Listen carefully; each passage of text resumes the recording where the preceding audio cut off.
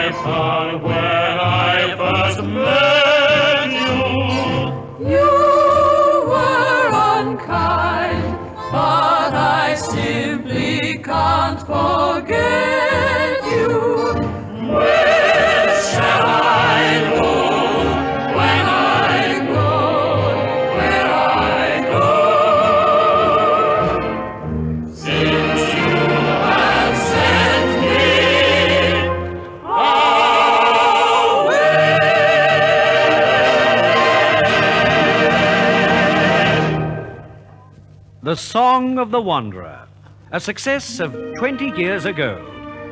It was a creation of the fertile imagination of Neil Moret, a songwriter who turned out worthwhile hits for a period of over 30 years. But way back in 1901, the year of President McKinley's assassination, by the way, the name Neil Moret hadn't been born. It was this way. A young pianist named Charles Daniels, who possessed a flair for composition, was making a trip in a train, bound for a little-known one-horse town called Hiawatha. The journey was a long and a slow one. Young Daniels was in a carriage all by himself. His thoughts ran something like... Oh, boy, but it's hot. And it sure is a long journey. Wish I could fill in time somehow. And then it seemed to him a voice said, "Listen, young fella. Listen to the rhythm of the train. It's a good rhythm, isn't it? Maybe you could write a melody to that rhythm." And the young musician said, "I think you've got something. That is a good rhythm. Yeah. Maybe I could write a melody to it." Sure enough, he did.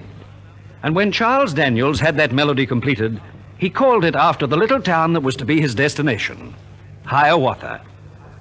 When he returned to the West Coast, he took it to a publisher. "Yes, Mr. Daniels, I think that melody you just played to me is a good one.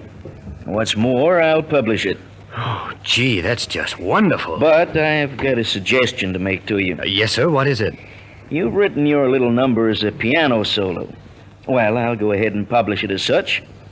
But I'll give you a tip. What's that, sir?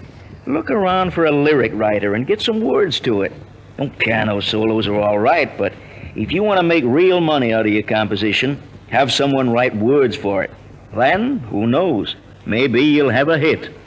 Young Daniels acted on this advice, and that great number of other days was turned into a song and became a positive sensation. Hiawatha.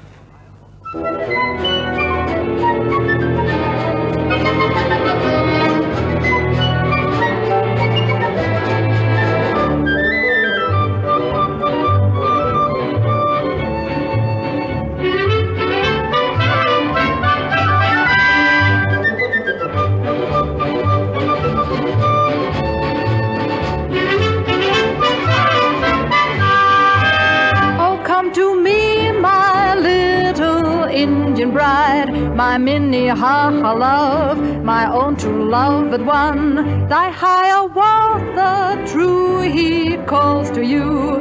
Awake, my love, my own, and come to me.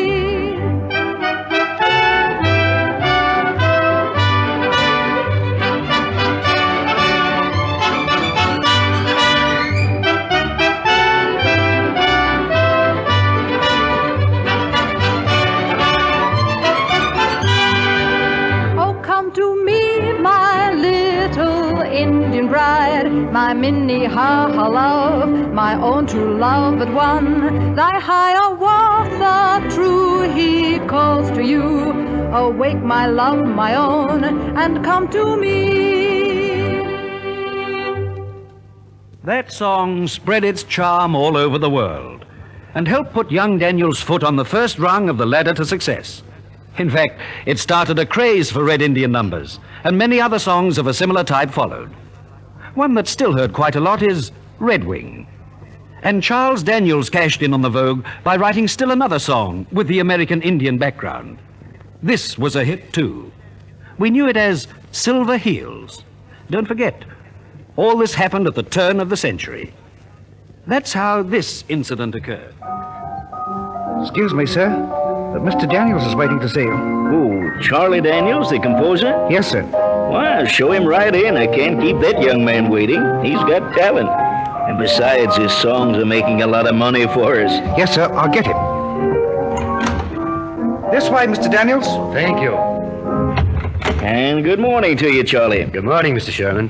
And what can we do for you today? Got a new song hit up your sleeve? Well, maybe, Mr. Sherman.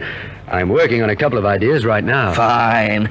And don't forget to let's hear them as soon as they're ready. Oh, it's very kind of you, Mr. Sherman, but, well, Go ahead. Well, I really came along to see you this morning to ask your advice on the desirability of changing my name. Well, you mean for songwriting, of course. Oh, yeah. Yeah, look, I figure it this way. Practically every big money spinner in published music comes from Europe, England, or the continent. And I must admit they predominate over the home product. And the reason?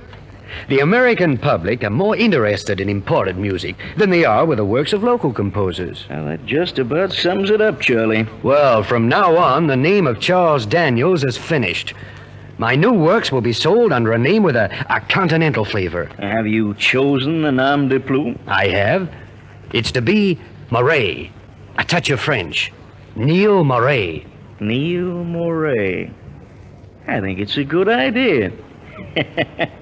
Our public will surely be more interested in a name like Moret than with plain Charlie Daniels. And that's how the name of Moret was born. A name that was to be associated with hundreds of hits, written over a period of almost 50 years. It's hard to pick any particular hit of this prolific composer's, but one he gave us about 1928 is regarded as a classic of popular songwriting style. His charming, She's Funny That Way.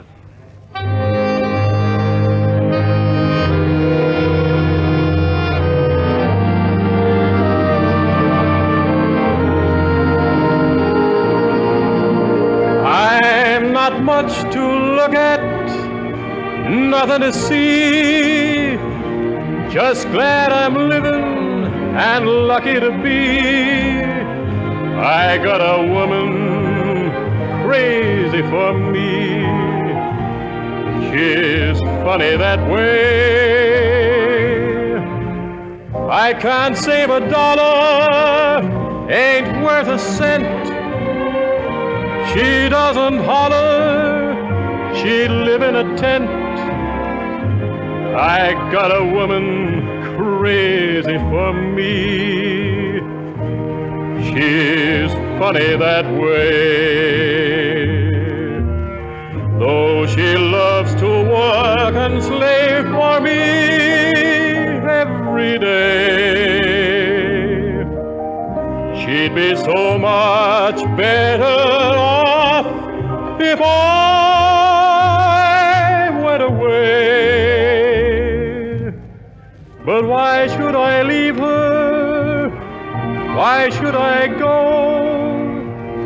She'd be unhappy without me, I know. I got a woman crazy for me, she's funny that way. She's funny that way.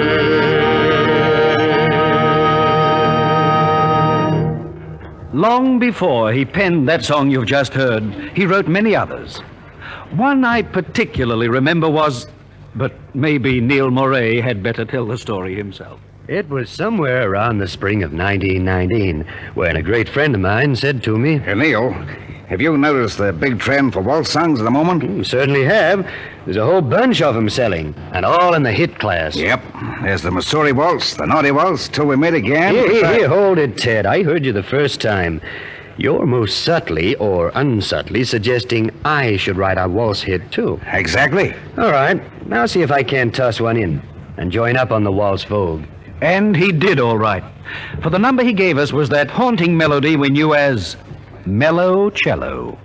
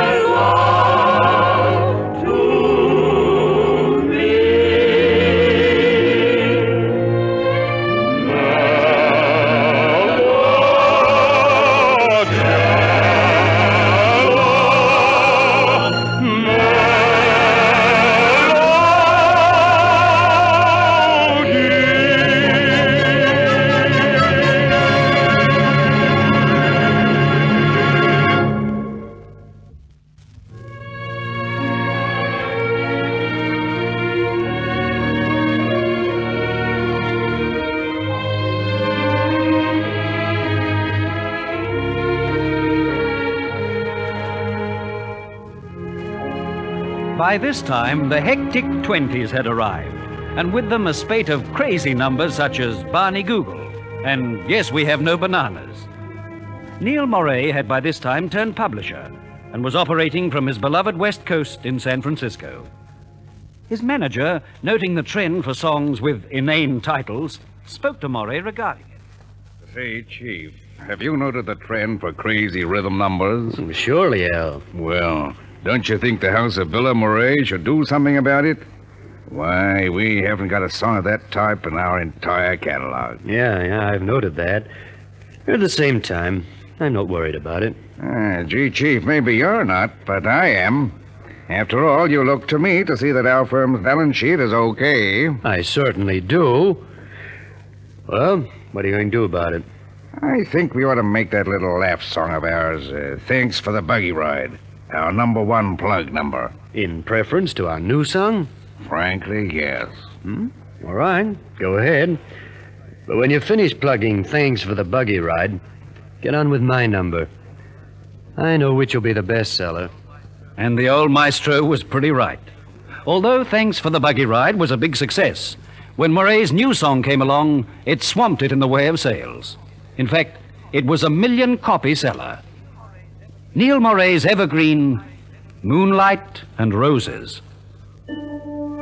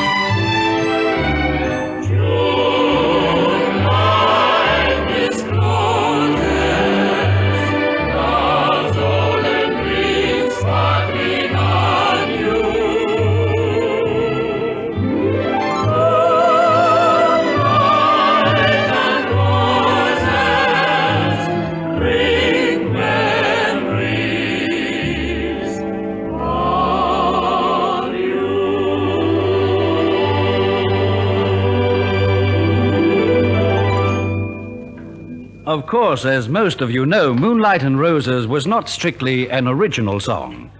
It was a frank adaptation of that famous organist's composition, Lemaire's Andantino. Ben Black also had a share in it, and it was printed as being written by Lemaire, Black, and Moret. But as a moneymaker, it was so terrific that it easily earned a small fortune for all concerned. It, of course, like so many Moret hits, has become a standard and is still heard quite frequently. An early song of Moret's was revived and became a hit as recently as 1947. That was Mickey. Of it, he stated, I was surely delighted to see my old number Mickey revived. Yes, I wrote it back in 1918. Quite a while ago, Neil, eh? Well, come to think of it, it was. And there was another song I wrote about the same time. It could stand reviving, too. And which one was that, Neil? Similar type of song. Foxtrot with a girl's name as a title. Just like Mickey. I get you. You mean Peggy. Yeah. That was always one of my favorites. and for the sake of old times, we'll bracket these lovely little songs together. Mickey and Peggy.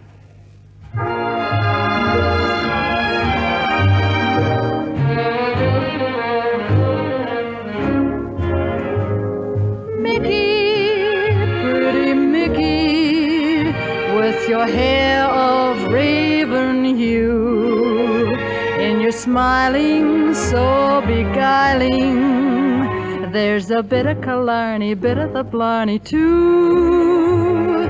Childhood in the wildwood, like a mountain flower you grew. Pretty Mickey, can you blame anyone for falling in love with you?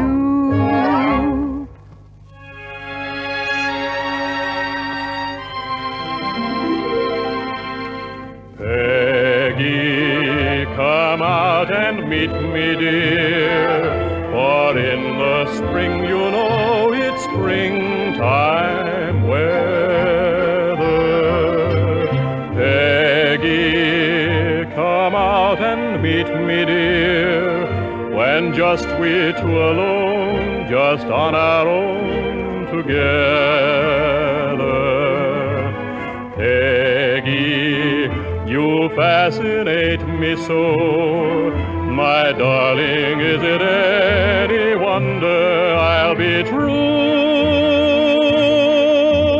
Peggy, you've won my heart completely, and so neatly. I love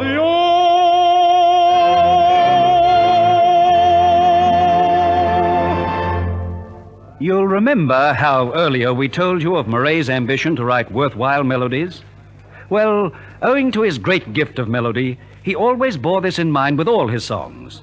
And he proved he was right by giving us one of the greatest, if not the greatest, of all popular songs. We purposely refrained from placing this number in its right sequence. We wanted to hold it for our finale. And what better bow-out could we make to a Neil Moret program than by closing on his greatest song, his immortal Chloe.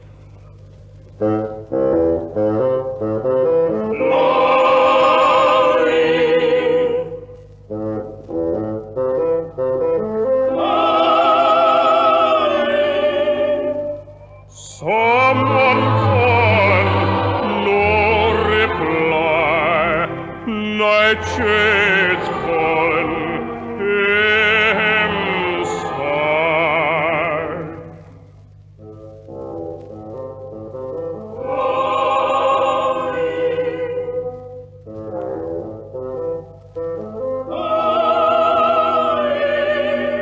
Empty spaces meet his eyes, empty arms outstretched, is flying through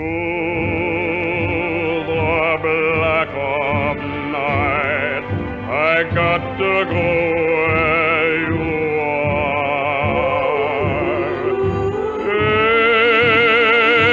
If it's wrong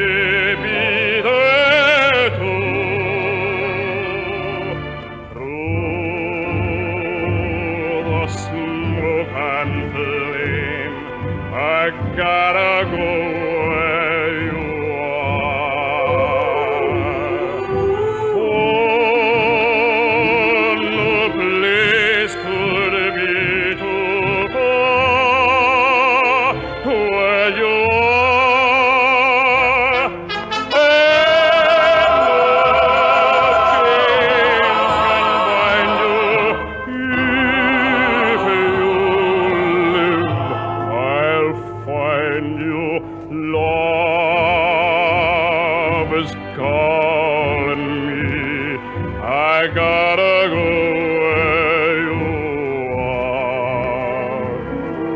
Through the smoke and flame, I gotta go where you are. Oh, no place could be too far where you are. Hey,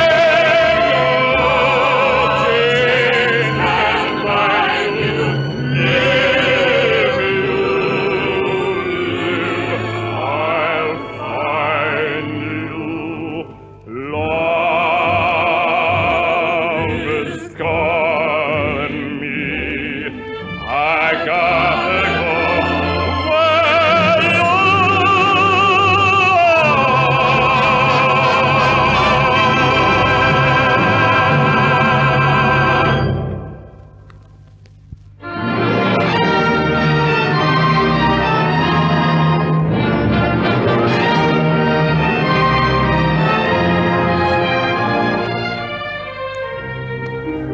And the well-known and beloved songs of still another composer pass by. The Neil Moret memories were revived by Kenrick Hudson, John Gray, Stuart Ginn, Eula Parker and her Parkettes, Max Blake and Robert Simmons. Your compere was John Morgan. Orchestra and chorus under the baton of William Flynn. With a Song in My Heart was produced by Alfred Potter and scripted and directed by Jack O'Hagan.